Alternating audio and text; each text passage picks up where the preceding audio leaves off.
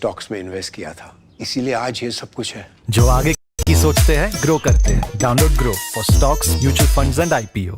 और ये कौन सी कंपनी के मालिक हैं? ये तो दादाजी हैं। प्रतिभूति बाजार में निवेश बाजार जोखिमों के अधीन है। निवेश करने से पहले सभी संबंधित दस्तावेजों को ध्यान से पढ़ें। Fenesta windows, beautiful and durable designs, installation से मेंटेनेंस की लाइफ लॉन्ग कस्टमर सर्विस। आपके घर में फिनिस्टा नहीं है तो कॉल कीजिए। Find Finer Finesta.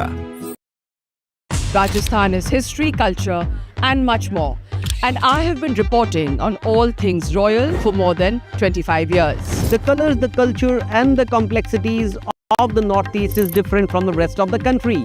I have been bringing the Northeast closer to the capital for over 15 years. Madhya Pradesh is the heart of India and I have been capturing its every beat for over 10 years, covering the corridors of power, what is said, what is left unsaid, and what it actually means for you and me. I have it all covered. Kashmir is often called paradise on earth, a region that has been in a state of flux from conflict to India's crowning glory. I have been reporting and decoding Jammu and Kashmir for last 3 decades.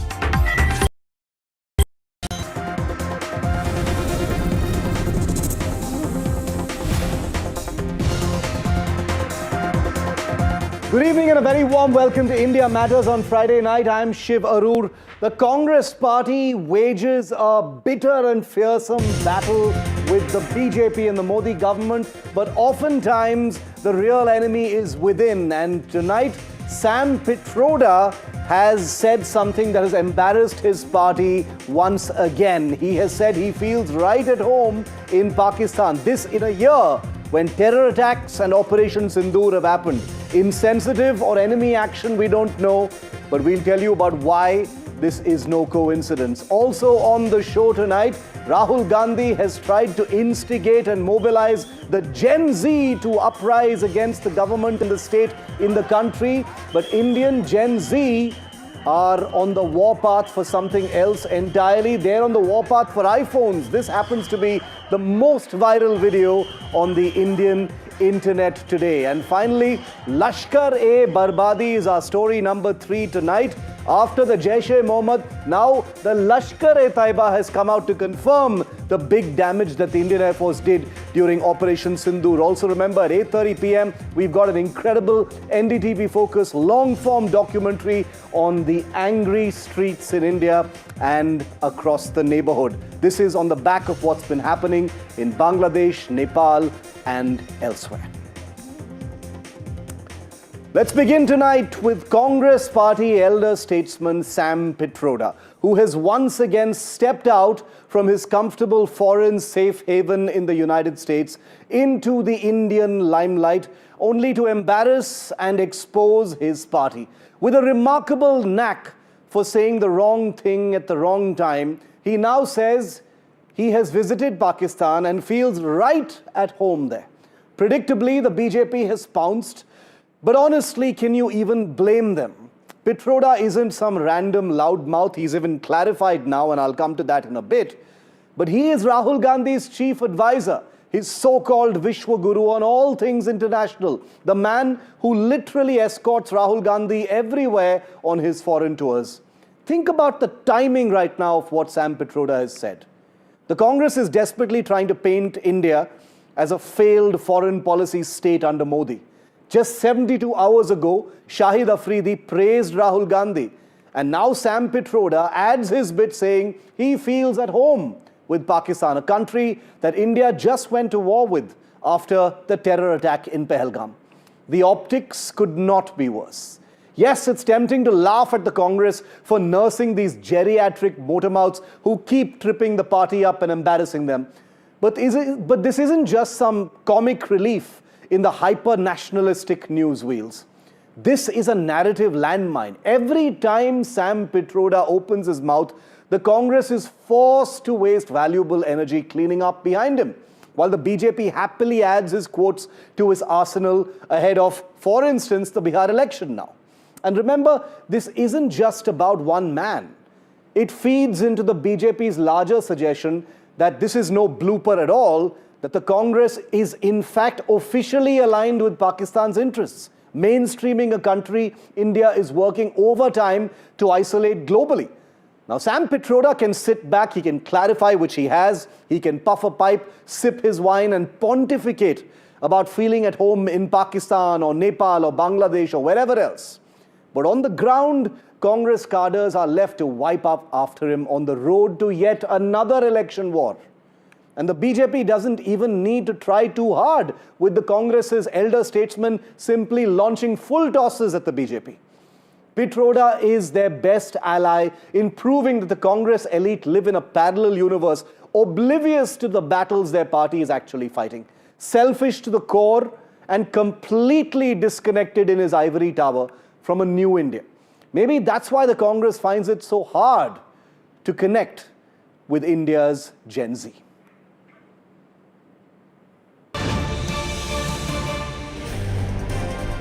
And like I said, Sam Pitroda has now been forced to clarify and waste even more time embarrassing his party. After all that outrage, he says, my aim was not to belittle anyone's suffering. Once the damage is done, once the BJP has hauled the Congress party through the coals and launched a number of missiles at Rahul Gandhi, now Sam Pitroda comes out to say, it was not my intention to undermine concerns. Foreign policy can't be based on bravado. He clarifies it felt at home in Pakistan comment has been misinterpreted. He said he meant to emphasize a shared history and the people-to-people connect. It's a huge document he's just put out clarifying his comment.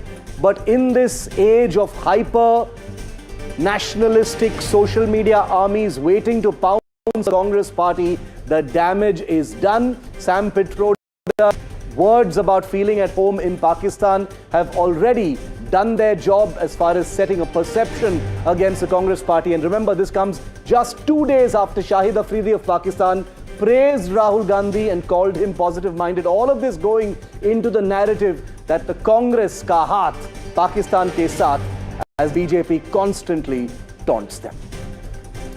And let me show you why most people say this is no coincidence, this is no one-time thing, this is no fluke, this is no error, this is no misstep, this is no someone making an error because of their advancing years. Sam Pitroda is a repeat offender. He constantly says the wrong thing at the wrong time, and the Congress must be wondering, why does this man even open his mouth? Who's asking him for his opinion? For instance, in May 2024, he said people in the South look like Africans and those in the East look like Chinese. May have been innocuous, came across as completely racist. In April 2024, he talked about inheritance tax. He said the middle class needs to be large-hearted and give up a little bit of its money so that the rest of the country can have it. This was about the wealth redistribution controversy. Then on the Ram Mandir in June 2023, at a time when the issue was most incendiary, he says the Ram Mandir will not solve critical challenges faced by India. During the Pulwama attack in February 2019, he said it happens all the time. Attacks happened in Mumbai also. We could have sent our planes then, but that's not the right approach. Most famously, about the 1984 anti-Sikh riots, when he was asked about that in May 2019, he made the infamous "Hua to hua" jibe, which became a huge political flashpoint at that point of time. On Ambedkar in January 2024, he said Nehru contributed more to the drafting of the constitution than B.R. Ambedkar. September 2025, bats for peace with Pakistan. I feel at home in Pakistan, says Sam Pitroda. Our foreign policy, according to me, must first focus on our neighborhood.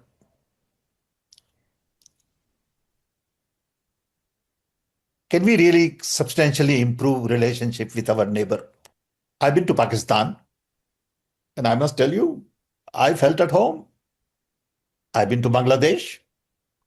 I've been to Nepal. And I feel at home. I don't feel like I'm in foreign country. Joining me now to quickly talk about it, like I've said, we've laid the facts on the table. Sam Pitroda's words have had a few hours to stew in the news cycles. The BJP has had a field day attacking the Congress and calling Sam Pitroda and the Congress party Pak Premi and Pak Pyara, etc. Rohan Gupta, national spokesperson of the BJP, Ashwini Mishra, leader of the Congress party, are with us. Ashwini Mishra, Sam Pitroda of your party, Why would he say this? What is the reason to make a comment like, I feel at home in Pakistan? He has given a lengthy clarification explaining the context in which it has happened. But he has only damaged your party tonight. There is nothing else one can say about it. There is no reason on earth why a politician in public life, in a time that we live in right now, should be saying that he feels at home in Pakistan. Mr. Rahul, I think you are putting him out of the context, as he clarified as well. He was talking about the cultural fit, the kind of culture India, Pakistan, Bangladesh, Sri Lanka, Nepal, Sir, and all why? the neighboring countries of India has. Ashwini, why? What purpose does that serve? What purpose does that serve for the voters of the party? Rahul Gandhi is right now trying to fight an election in Bihar. What is the purpose of saying I am at home in Pakistan? What purpose does that serve? Who does that address? Who does that address? Which audience does that address, Ashwini ji? Let me quote Bajpayee ji. Bajpayee ji said that we can change our friends, but we can't change our neighbors. So that's the harsh reality. These are all neighbor countries, and we need to have kind of relation we should be having with our neighbors. It's not has totally failed in last 11 years. When we know that Pakistan is our enemy country. However, BJP has a special love with Pakistan, and this love comes very rooted before the independence itself. Sir, this government has just gone and bombed Pakistan, sir. Come on. Sir, I'll give you incidents. Let me speak. You ask me questions. Let us talk on facts, Ashwini ji. I'm talking about facts. You can counter if I don't talk about facts. Let me speak at least. Before independence, Hindu Mahasabha and Muslim League were in government together, right? Then when BJP was founded in 1980, who funded Bharatiya Janata Party? Nusli Wadia, the grandson of Jinnah. Advani went to Jinnah's Mazar. Okay, let me talk about Modi ji. Mr. Rahul, let me talk about Modi ji. When Modi ji was sworn in as the first time as a Prime Minister, whom did he call for his oath ceremony? Nawaz Sharif. He is in power. He has won repeated elections in the country. Your party is struggling to win an election, sir. Your party is struggling to win an election. It doesn't need such distractions. It doesn't need such distractions. If election happen in transparent manner, we will win with the majority, and that is what we are fighting it. We are fighting that elections are not transparent in this country. All the autonomous bodies has been sold out at wagging their tails in the front of government. That is a completely separate issue. Don't mix the issues. I am simply saying that there is a time and place for everything. Even on tonight's debate, your time and energy could have been better spent on maybe on the vote issue. But you are here having to defend Sam Pitroda. I'm not defending anyone. On the silly comments that he has made. You are just misquoting him. He has not said anything wrong. He clarified what is the context of his statement. I am just explaining the Bharatiya Janata Party's love towards Pakistan. He is not. He is allowed to investigate on our soil. Sir, why? Okay, let me ask you a question. Who does it serve? What purpose does it serve for the Congress party? Is a party that's supposed to try and win some elections. Which audience is served by Sam Pitroda saying, I feel at home in Pakistan? He's a politician. He's in public life. He's not a private citizen. How does it benefit the Congress party for Sam Pitroda 5 months after Operation Synindhur and Pahalgam to say, I feel at home in Pakistan? Please explain to me like I'm a 5-year-old boy. How does this serve your party, sir? Because Bharatiya Janata Party allowed to play a cricket match has special love with Pakistan. Talk about yourself, sir. BJP is winning.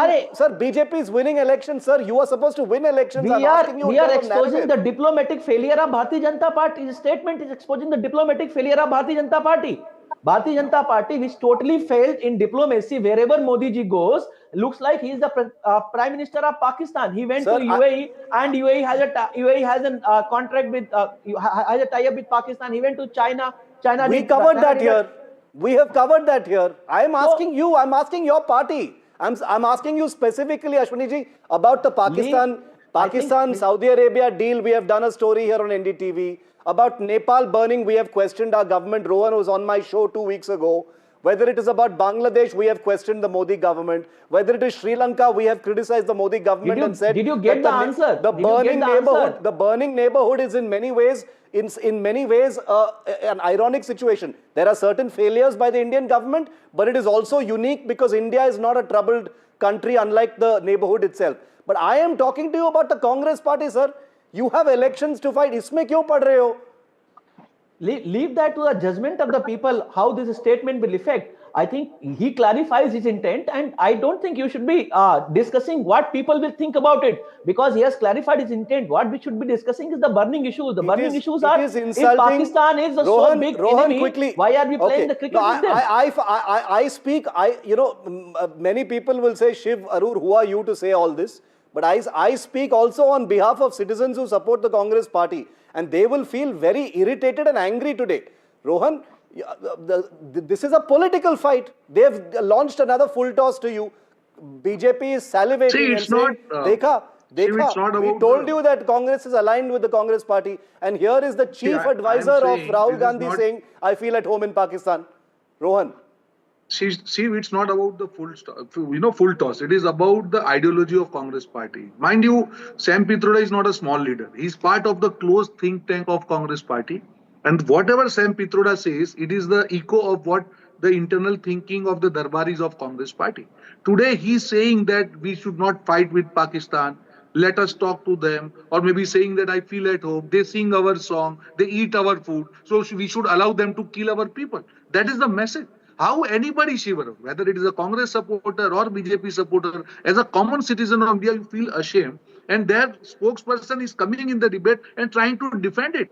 The simple thing could have been sorry or maybe distancing themselves from this kind of ridiculous statement. They are not doing it. They are trying to defend it. So that clearly shows what is the mindset. So whatever Sam Pitroda says, it's not a mistake. वो कोई प्रयोग नहीं है, ना संयोग नहीं है, प्रयोग है देश के लोकतंत्र के साथ. So if he meant it, if you see the evil of Congress party in Pakistan, this is not. He has not misspoken. This is the real ideology of the Congress party. Why is Sam Pitroda clarifying?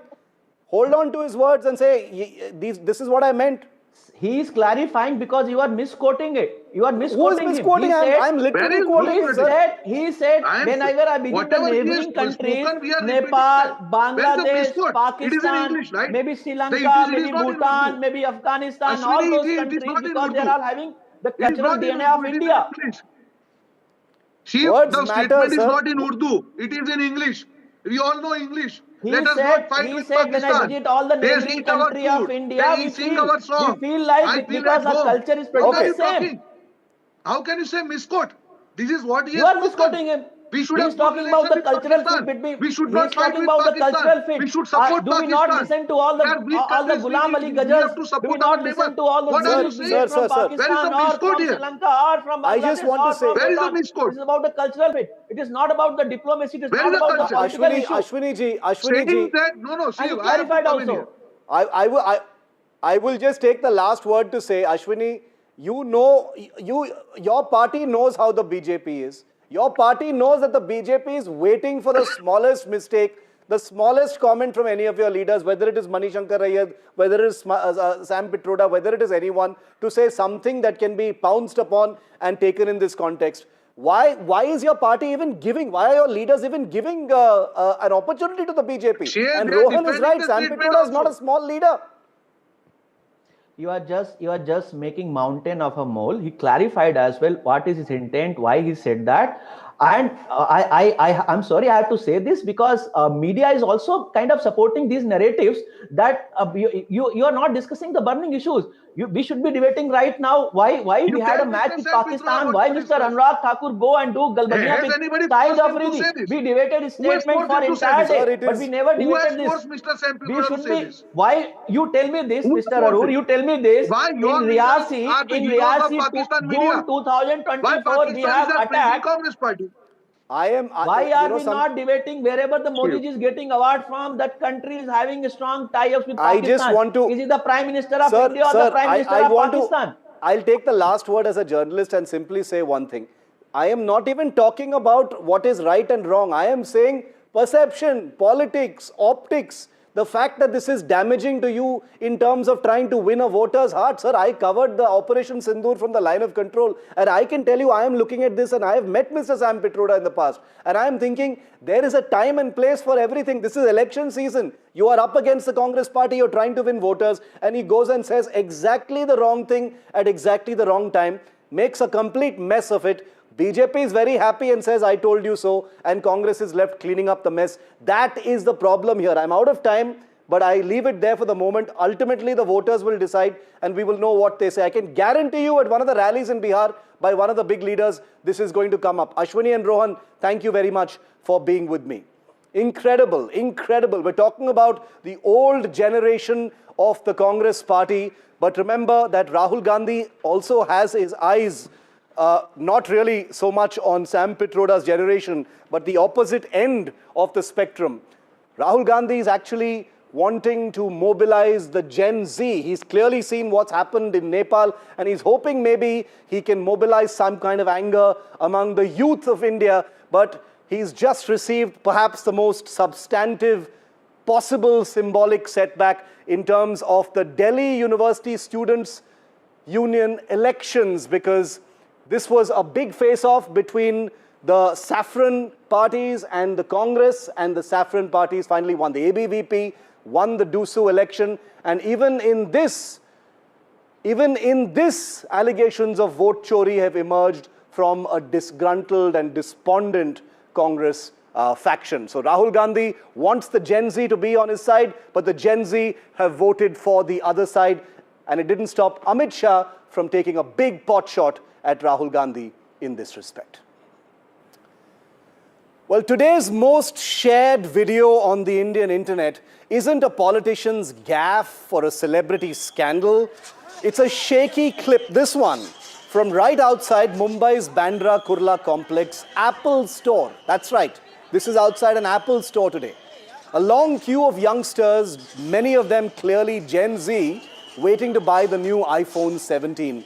Now the crowd suddenly erupts into a scuffle. For many, this isn't just another Ghar Ke Kalesh video.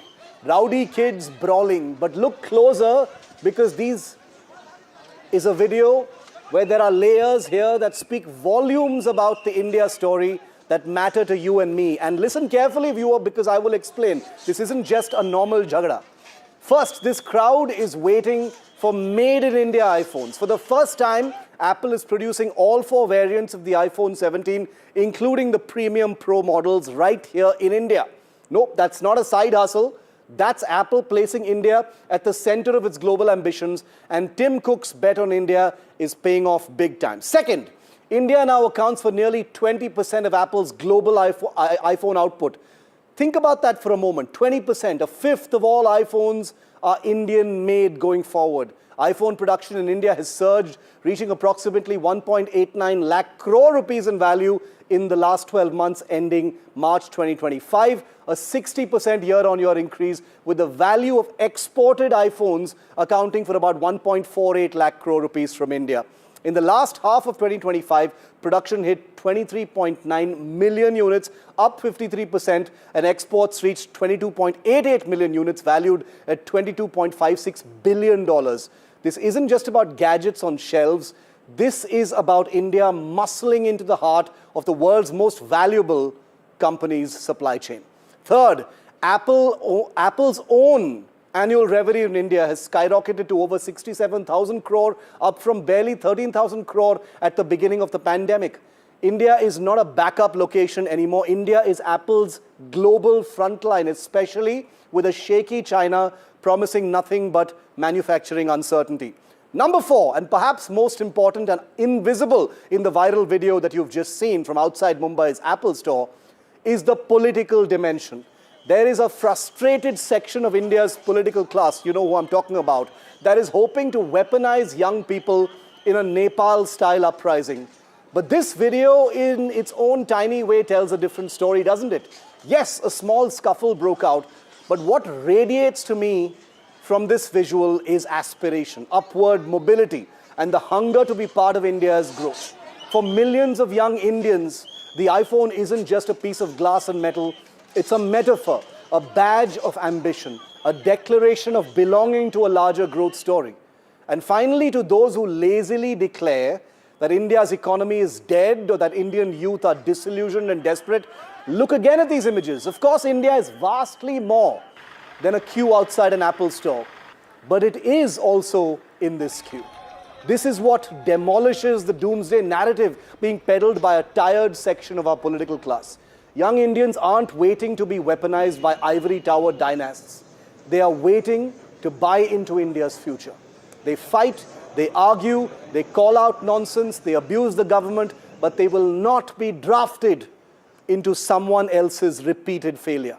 India is not its neighborhood. Indians are not like anyone else. And this scuffle outside an Apple store, bizarre as it may look, is one more snapshot of a country in the throes of transformation. It's a Naya Bharat of hunger, of growth, of aspiration, not of mindless frustration over serial failure.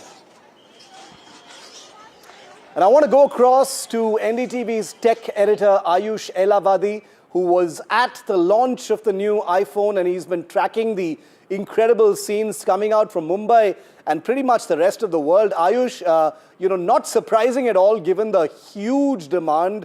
I've talked about some of those figures as well. I hope people haven't been injured in those massive queues in Mumbai and elsewhere. But the iPhone story is really part of the India story now, Ayush.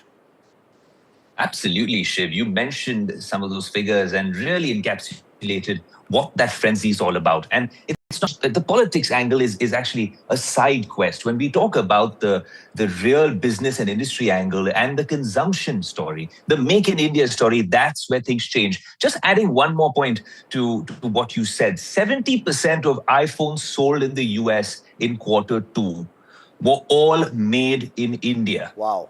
Let's rewind. 2023 is when Apple came to India. This massive Apple BKC store was launched. You and I were covering that story. And at that time, it was all about building a alternative supply chain, a China plus one strategy. Things have changed now. With so many things happening with geopolitics, everything has changed around the world. You can talk about tariffs, you can talk about, bullying across the world, but this is a hub now. It's a hub which is a strong manufacturing hub where we are exporting quality, and clearly, this is an economy on the move. The rising India story, honestly, cannot be neglected, Shiv. It's incredible. Ayush, thanks very much for that perspective. I envy you. You've been at the front lines, of seeing incredible story really play out. And there's so much more to look forward to. iPhones now, hopefully MacBooks and other stuff and maybe innovation as well going forward. Looking very keenly at that. Thanks, Ayush, for that. And now moving on to another big story where NDTV, no surprises whatsoever, set once again. This is a news break about Yasin Malik, a convicted terrorist who in court papers accessed first by NDTV has outed earlier Manmohan Singh government under the UPA. Yasin Malik reveals orders to meet one of India's most wanted terrorists, Hafiz Mohammad Saeed. Are with NDTV's Aditya Raj Hall in this big exclusive, and it has triggered a big political fight. Here's the full story. Did Manmohan Singh government use a terrorist for back-channel talks with Pakistan? Did the government send a terrorist to meet Lashkar Chief Hafiz Saeed in Pakistan? Serious questions raised by convicted terrorist Yasin Malik's affidavit in the Delhi High Court. The affidavit filed on August 25th and seen by NDTV, JKLF terrorist has made some very explosive claims. Malik, who is serving life sentence in the case, has claimed that in 2006, he met Hafiz Saeed in Pakistan at the behest of Indian intelligence to push for India-Pakistan peace. He has named the then Special Director of the Intelligence Bureau, V.K. Joshi, requested him to meet Saeed in Pakistan during a visit. He has further added that upon his return, he met Manmohan Singh in Delhi, who thanked him for his efforts, and went on to claim that Singh called him the father of the non-violent movement in Kashmir. Malik has further claimed that he had met several top political leaders, including Atal Bihari Vajpayee, Sonia Gandhi, P. Chidambaram, I.K. Gujral, and Rajesh Pilot, and that he was actively engaged by several governments in the past for Track 2 with Pakistan. The BJP has hit out at the Congress after NDTV Newsbreak on Malik's affidavit. Second किया था, बाद में वो लोग terrorist के साथ, हफीज वगैरह के साथ तो संपर्क में थे, तो पहले भी आता एक एफिडेविट के द्वारा हुआ है। मीन्स इनका अप्रोच क्या था? अभी तो यासीन मलिक को पकड़ के अंदर डाले, प्रधानमंत्री जी के निवास जाके उनको बिरयानी खिलाते थे। ये लोग इनके क्या अपेक्षा कर सकते, इसीलिए लोग उनको तिरस्कार कर रहे हैं ना। Yasin Malik headed the now banned JKLF. He is accused of killing 4 Indian Air Force officers in January 1990 in Srinagar. He is also accused of kidnapping former Union Home Minister Mufti Muhammad Saeed's daughter, Rubia Saeed. The Kashmiri Pandits have for years blamed Malik for the brutal ethnic cleansing and exodus of their community from their homeland since 1990.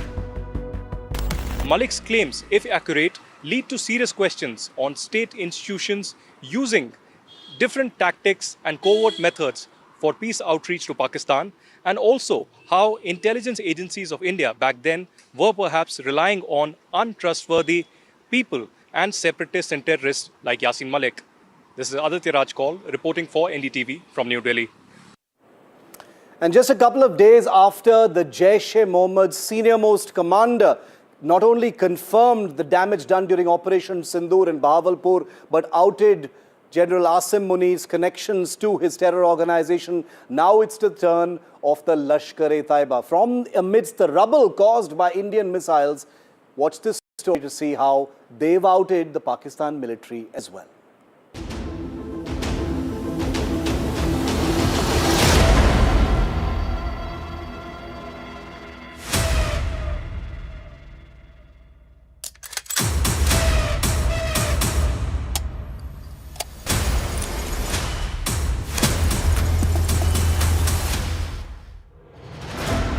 Three days, 3 videos. Confirming India's stunning strikes on terror dens inside Pakistan during Operation Synindhur. And exposing the Pakistan army and the state's backing of terror groups. The terrorists themselves exposing their real boss, Yasin Malik. This is Lashkar Commander Qasim standing amid the rubble that used to be LET's headquarters in Muridke, admitting that it was destroyed in the attack and is being rebuilt. वक्त मरकज साहिबा मुरीदके में जामे मस्जिद उम्मुल कुरा जिसको हमले में तबाह कर दिया गया था, अब उसकी तामीर नौ का सिलसिला जारी है। अल्लाह के फजल व करम से ये मस्जिद पहले से बहुत बड़ी बनेगी। Qasim also brags about many terrorists being trained there. यहाँ से बड़े मुजाहिदीन और बड़े तलबा नमाजें पढ़ के फारिग हुए गए हैं, फैज़ हासिल किया है। Jaish commander Ilyas Kashmiri confirming that Jaish founder Masood Azhar's family was hit in Bahawalpur. Confirming India's strikes at the Jaish headquarters. 7 मई को बहावलपुर के अंदर मौलाना मसूद अजहर की फैमिली के लोग बहने और बेटे और बच्चे रेजा रेजा हो गए। He goes on to expose Yasin Malik's support to the jihadi groups, saying he sent his generals to terrorists' funeral. An image shown to the world by India. GHQ से आर्मी चीफ ऑर्डर जारी करता है कि इन शुहादा के ताबूतों को सलामी दी जाए। Core commander इनके जनाजे में शरीक होगा, फजाइया इनके जनाजों पर पहरा देगी, आर्मी के जवान अपनी वर्दी के अंदर इनको सलामी पेश करेंगे। And then there is Lashkar Deputy Chief Saifullah Kasuri, seen making bold claims about Pakistan's support for the terrorist organization and vowing revenge on India. Kasuri admits that Lashkar is down but not out. कोई मत हमारा दुश्मन समझे कि हम जनाब हौसले हार जाएंगे और इस जारहियत पे खामोश रह जाएंगे। जो कुछ आज कर रहे हो अदले का बदला होगा। The Indian government, reacting to the latest tranche of videos from Pakistan, said that they just proved that India has always known and said. On terrorism matters, we are very clear. The world is aware of the nexus between the terrorists and the Pakistani state and military. Such statements make it even more glaring. The Pakistan government and army exposed by the snakes in their own backyard, announcing to the world that they have found support and sanctuary with the blessings of Islamabad and Rawalpindi. An NDTV Bureau report. Last week, the youth of Nepal rose to enforce a complete change in government. A few months before that, the young people of Bangladesh got Sheikh Hasina out. And a couple of years ago, it was Gotabaya Rajapaksa of Sri Lanka who fled for his dear life. It's happening across the subcontinent and it's happening across the world. From Indonesia to Turkey, from France to Australia, there have been massive demonstrations and hundreds of thousands of common citizens have come out onto the streets to protest, to seek change, to demand justice. There's anger on the streets. Up next, NDTV focus on common people and rising anger from around the world. Angry Streets is next.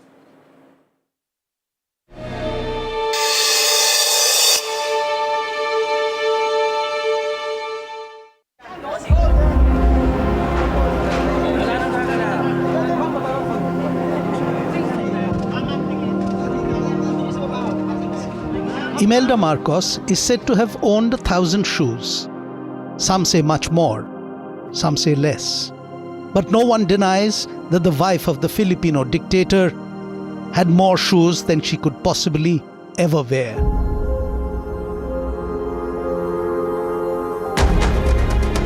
In 1986, when the people stormed the presidential palace, they found proof of opulence that symbolized all that was unjust in the lives they lived. In the shoes Imelda left behind, as the Marcoses fled the country.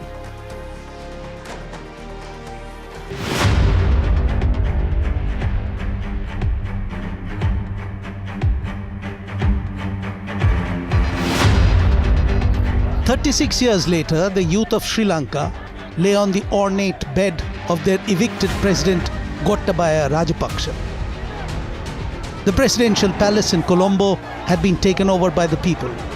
The common will once again declared supreme as another oppressor fled in the face of rising anger.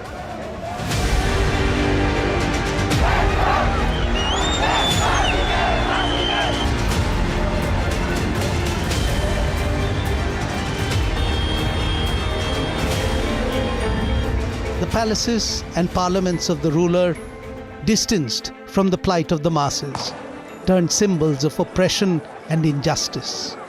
Their storming, fair outlet of people's ire.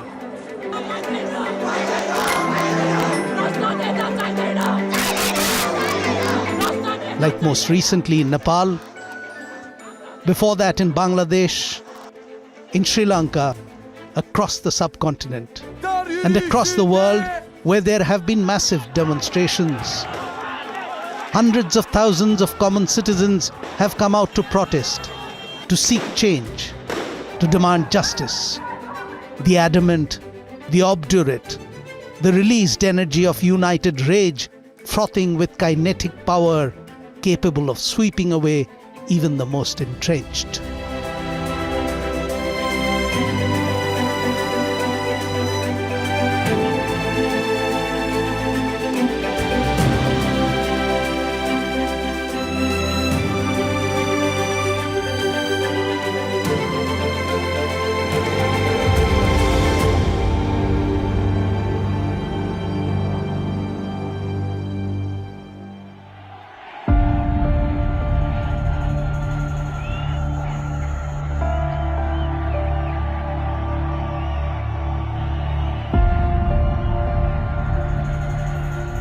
Ire is rising.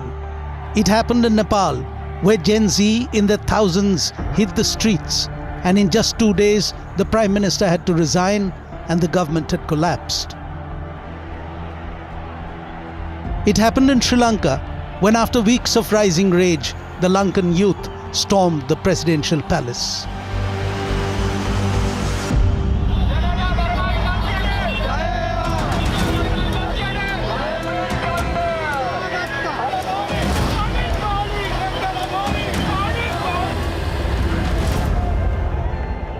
Aragalaya, the struggle, swept Sri Lanka's powerful Rajapaksa family out of power and even out of the country.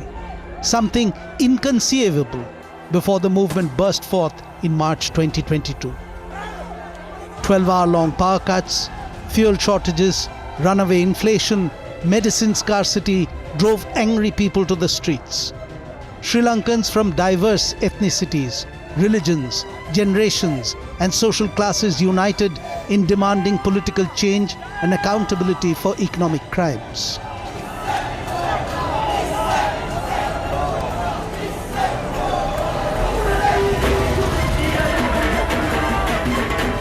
Aragalaya mobilized hundreds of thousands of Sri Lankans to protest peacefully. It brought together all shades of Lankans for the first time since the brutal civil war ended in 2009. The youth largely non-violent struggle that was not only about unity but also about political enlightenment.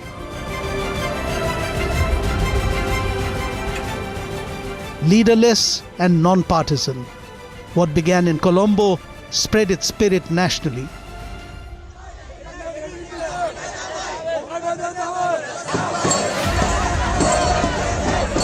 Offshoots sprang up in Kandy and Galle, and worldwide protests appeared in cities across Australia, Europe, and the United States in support of friends and family back home.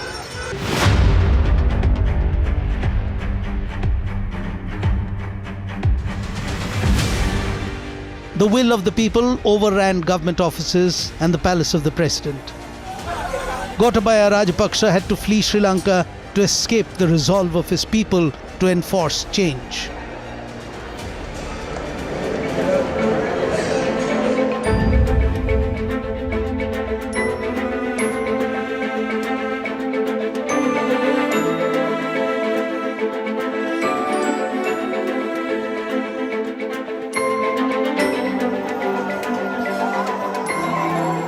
Two years later, Sheikh Hasina had to flee the ire of the youth of Bangladesh. They were at the gates of her palace, rattling the very padlocks that had kept them shackled, demanding an immediate end to her power.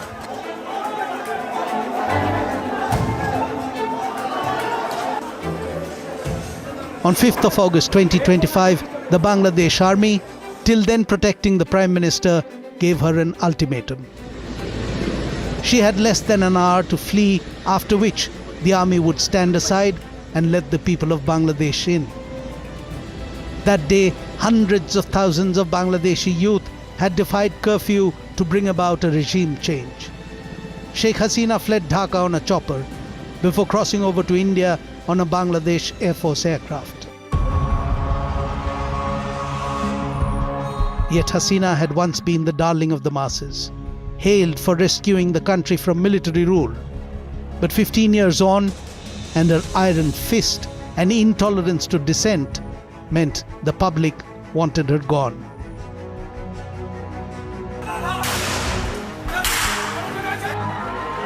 Protests had begun with students at university campuses, and then it had just kept growing. The more Hasina cracked down with force, more the people rose. Violence begot violence. Hasina's party members became targets, and there was a breakdown of law and order. Police stations got torched and people got fired upon, and still the people rose, till Hasina was gone.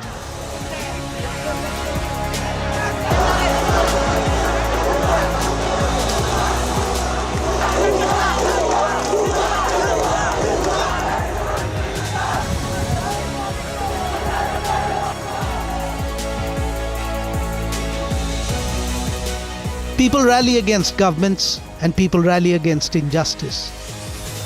In March 2025, hundreds of thousands of Turkish citizens protested the arrest of President Tayyip Erdogan's main political rival, Istanbul Mayor Ekrem İmamoğlu.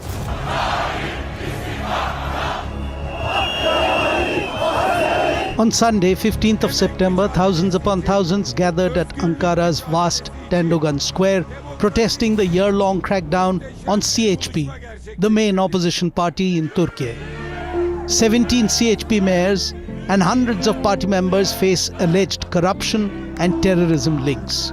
CHP leader Özgür Özel said the people had gathered to stand against the judicial coup being waged against the party.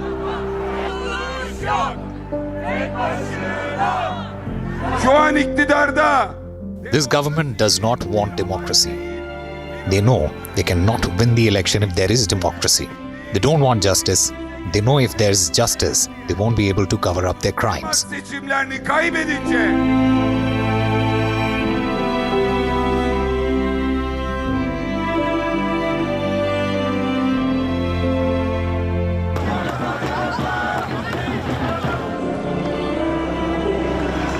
Block en tout, block everything, was the shout that reverberated across France as irate people gathered to obstruct daily life. France did not come to a standstill or grind to a halt on Wednesday, September 10th. But there were 596 public gatherings and 253 blockades, according to official sources. And about 200,000 demonstrators were out on French streets.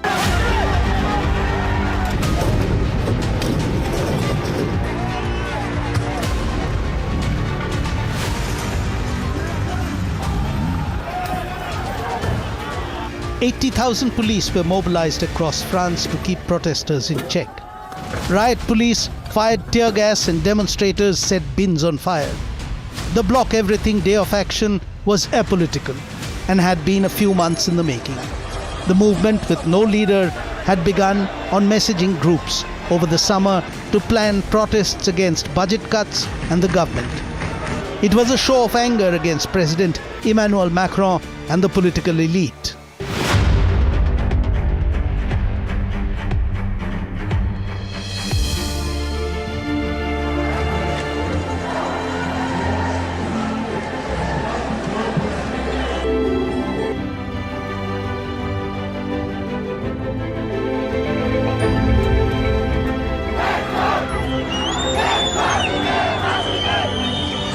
It was anger against political elite that brought about a change of government in Nepal. Fed up with corruption and the unjust disparity in the life of a common Nepali youngster compared to the one from a politically elite family, Gen Z took matters into their own hand and forced a change.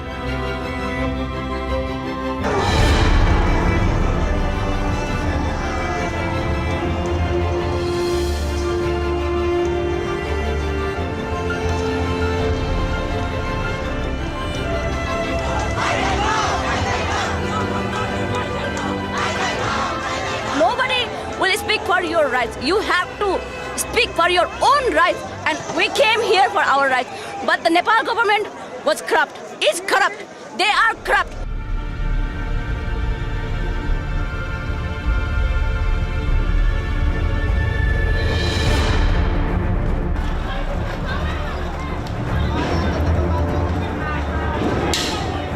Corruption was at the core of the protests in Nepal, just as it was in Indonesia in August and September 2025.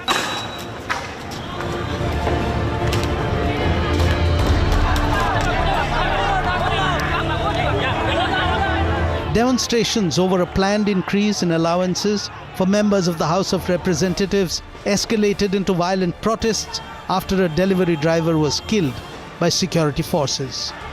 Several people died, hundreds got injured, and public buildings burnt and looted after thousands of people took to the streets in anti-government protests across Indonesia.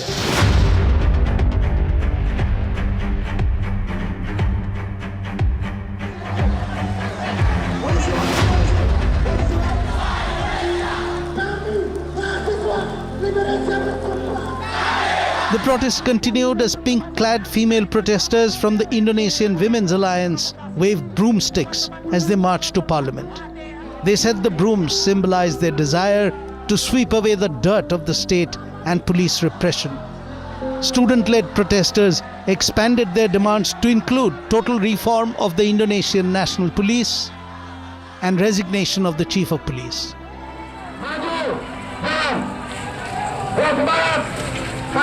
The Indonesian protesters have put their government on notice, and some of the perks for the lawmakers have already been rolled back.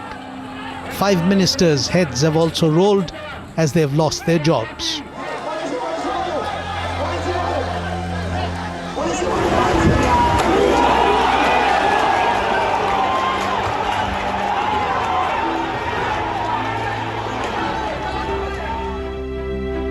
Everyone is going to speak today. They tried to break.